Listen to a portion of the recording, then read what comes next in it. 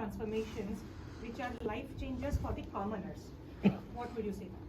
You must have done enough research and talked to the people. Yeah. So, according to you, what are the top 3 ones?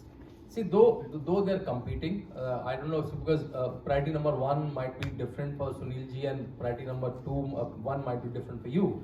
But I went to almost 30-35 districts in the last 1 year, talked to multiple people, and I got this 2-3, one which I have documented.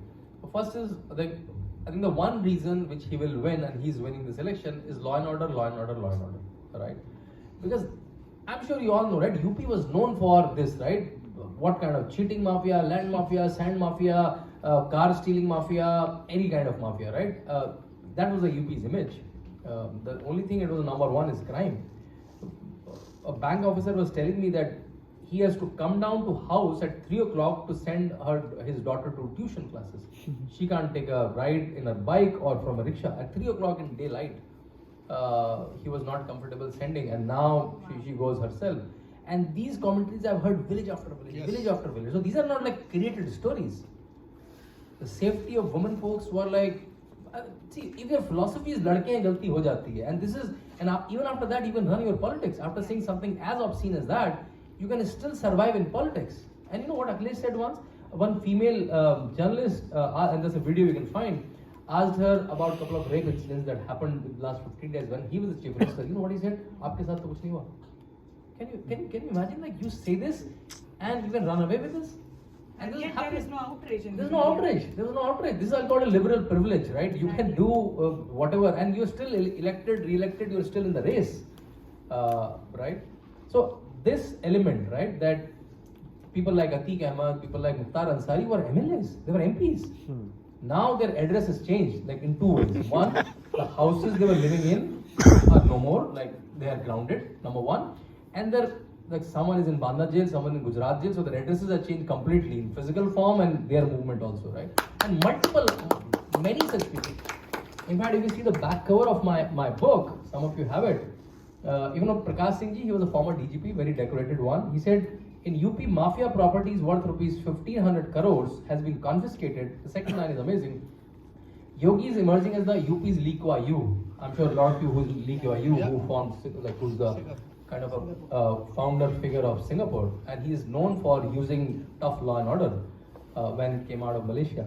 So someone comparing, some ex-DGP comparing him with someone who is known as a global governance guy, and that's happening. We are seeing in his own eyes. So one is law and order. I did a detailed chapter on that. In fact, that's the fattest chapter, and you'll find a lot of details. I've just told you a small part of it. So that's one. Second is high quality delivery of government schemes. UP is number 1 in the last 5 years with 45 government schemes. Wow. Right? I'll just tell you one which is favorite to my heart, and I've written an article which became very popular. I read in Times of India, which I wrote, co-written it with one of the officers who was the food commissioner, Atulji. I in fact called him yesterday. So you all know PDS, right? Public distribution system, the ration system, right? So UP has 80,000 ration shops and 14.5 crore beneficiaries, right? There were multiple leakages before 2017. Leakages were of these order. So all these trucks start from a FCI go down, a Food Corporation of India go down and go to these multiple 80,000 shops, which are in the villages, right? The ration shop, kotedar ki dukaan bolte hain wo UP mein. When this truck goes from the FCI go down to the ration shop, half of the sacks are downloaded on the way and sold on the motels and hotels on the way, right, on market prices.